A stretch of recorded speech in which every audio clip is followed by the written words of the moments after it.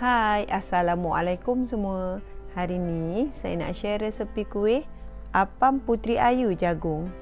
Kepada anda di rumah, bolehlah cuba, sangat mudah disediakan.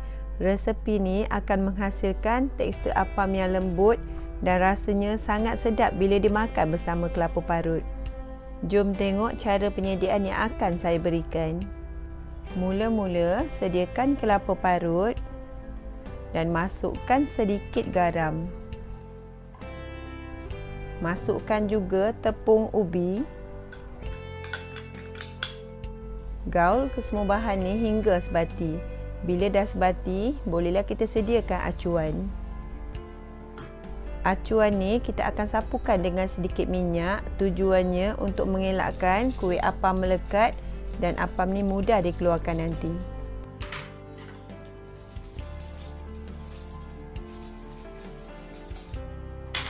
Kemudian, bolehlah masukkan sedikit kelapa di dalam acuan.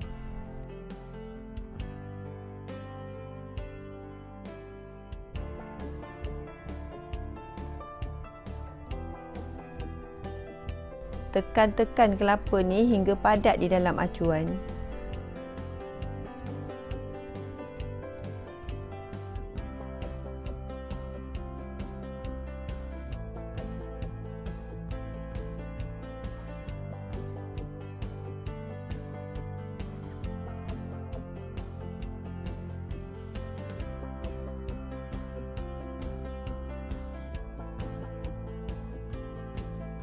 Acuan yang dah diisi dengan kelapa, bolehlah letakkan di dalam lulang pengukus.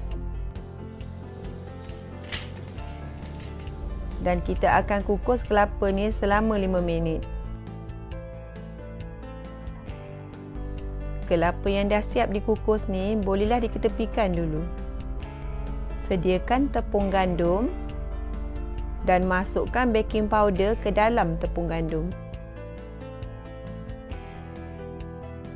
Gaul tepung ni supaya baking powder yang dimasukkan tadi sebati. Masukkan jagung krima manis ke dalam jak pengisar. Masukkan juga santan. Kedua bahan ni kita akan kisar hingga halus. Bolehlah salinkan bahan yang dikisar ni ke dalam bekas.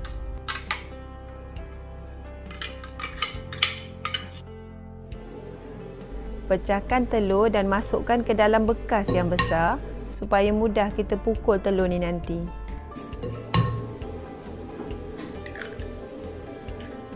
Masukkan gula halus. Pukul telur dan gula ni hingga sebati sahaja.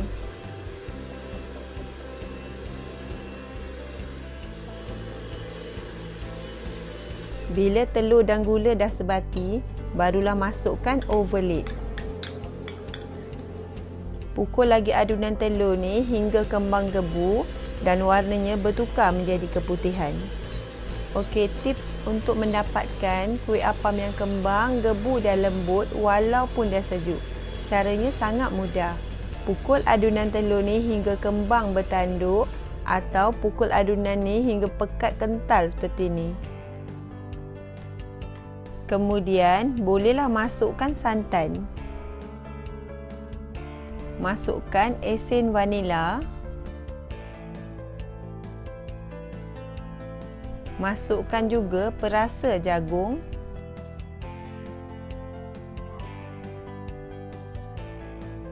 Dan sedikit pewarna kuning.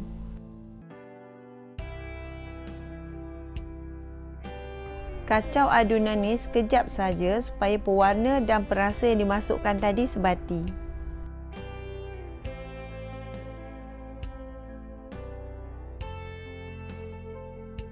Bila adunan dah sebati, bolehlah masukkan tepung gandum sedikit demi sedikit. Tepung gandum ni jangan masukkan sekali semua ya. Takut nanti tepung gandum ni berketul-ketul di dalam adunan, susah untuk diratakan.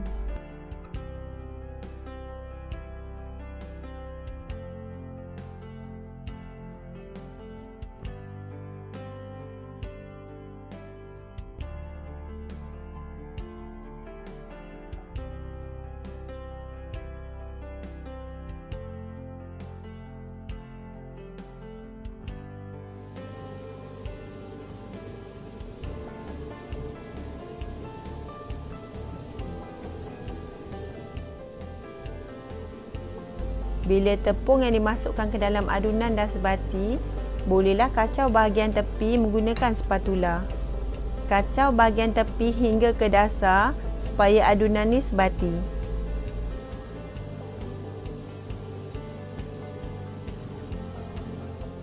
Adunan ni saya akan masukkan ke dalam piping bag. Cara ni sangat mudah untuk kita pipekan adunan ni ke dalam acuan.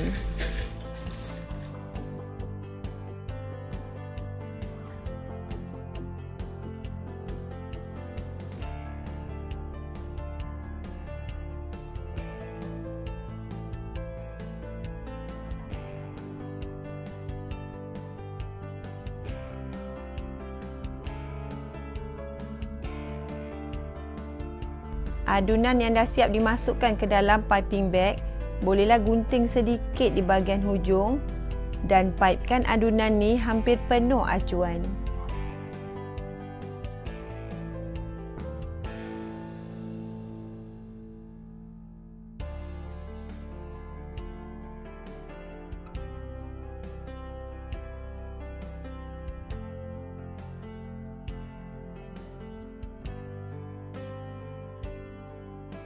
Adunan yang dah siap dimasukkan ke dalam acuan dah sedia untuk dikukus. Pastikan air kukusan telah mendidih. Kukus adunan ni selama 8 minit. Untuk mengelakkan air kukusan menitik, pastikan tudung pengukus dibalut dengan kain. Selepas 8 minit, kuih apam dah masak, bolehlah diangkat. Bila apam dah agak sedikit suam, bolehlah keluarkan apam ni dari acuan.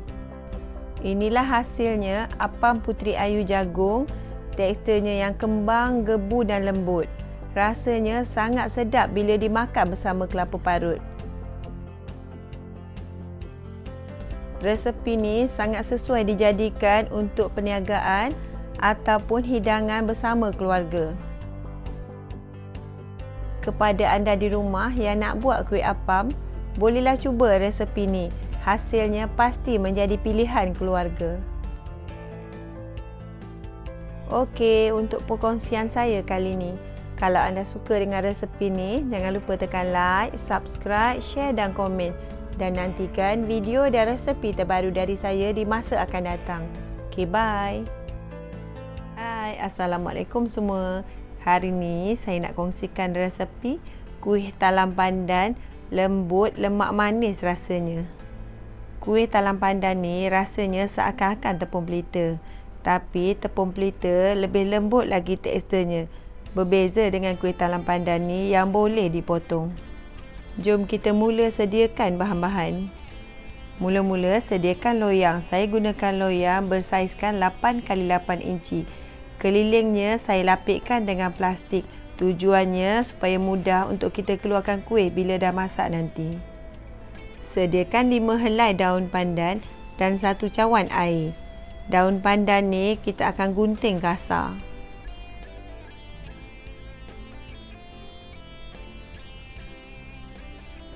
Masukkan daun pandan yang dah dipotong tadi ke dalam jak pengisar dan masukkan 1 cawan air. Kisar daun pandan ni sehingga halus untuk mendapatkan pati jus pandan yang pekat.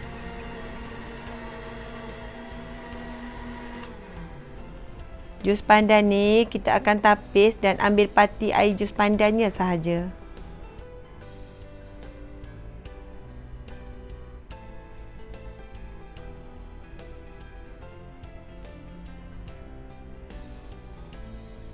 Bila air pandan dah siap ditapis, bolehlah kita mula bancuh adunan. Sediakan 1 mangkuk yang besar. Masukkan 1/1/4 cawan tepung gandum.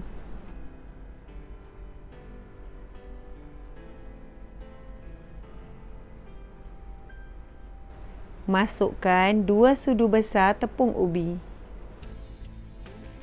Masukkan 3/4 cawan gula. 1 cawan air jus pandan. Air jus pandan ni yang kita mesin tadi. Kacau semua bahan ni sehingga sebati.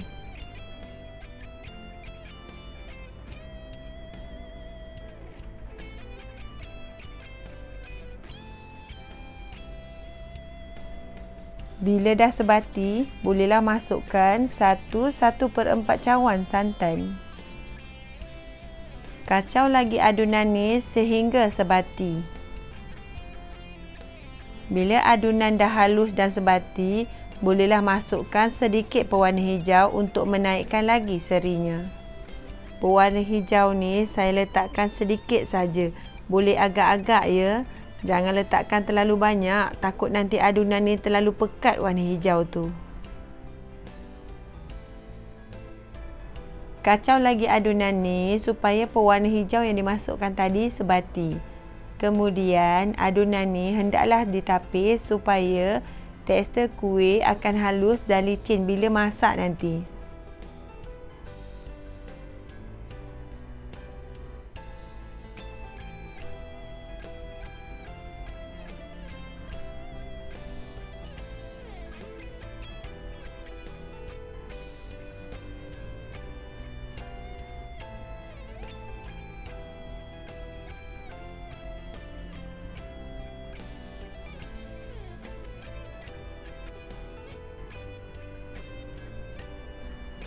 Adunan ni kita akan masak di atas dapur menggunakan api sederhana kecil. Adunan ni hendaklah sentiasa dikacau ya untuk mengelakkan adunan ni berketul-ketul dan masak adunan ni sehingga naik wap sahaja. Bila adunan dah naik wap, bolehlah cepat-cepat tutup api dan tuangkan adunan ni ke dalam loyang. Pastikan air kukusan telah mendidih sebelum kita masukkan kuih ni ke dalam kukusan. Untuk lapisan hijau ni, kita akan kukus selama 20 minit menggunakan api sederhana besar. Sementara menunggu, bolehlah kita bancuh lapisan atas warna putihnya pula. Masukkan 3/4 cawan tepung beras ke dalam mangkuk. Masukkan 2,5 sudu besar tepung jagung, 1 sudu besar gula, 1 sudu kecil garam dan masukkan 3 cawan santan.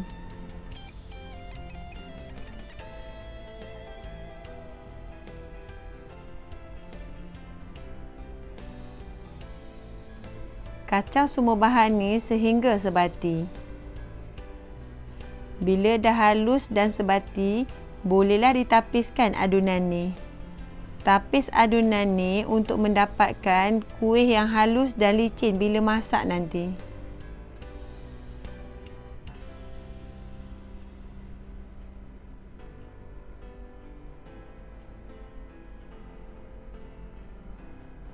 Adunan ni kita akan masak di atas dapur menggunakan api sederhana kecil.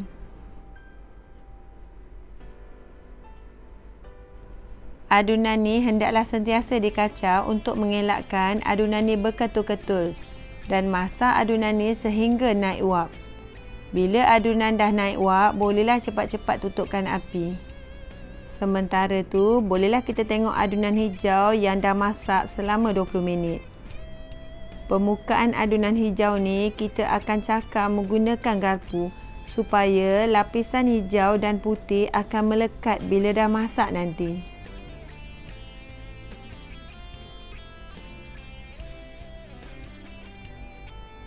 Kemudian, bolehlah tuangkan adunan putih ke atas lapisan hijau. Dan kukus lagi kuih ni selama 30 minit. Selepas 30 minit, buka tudung pengukus dan kukus lagi kuih ni tanpa tudung pengukus selama 5 minit untuk mengeringkan air di atas permukaannya. Kemudian, bolehlah angkat kuih ni. Dan biarkan kuih ni sejuk selama 3 hingga 4 jam sebelum dipotong.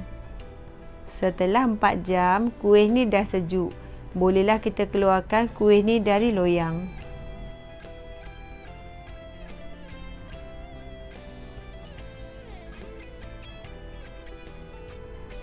Keluarkan kuih ni dari loyang secara perlahan-lahan sebab tekstur kuih ni sangat lembut. Kena keluarkan dengan hati-hati.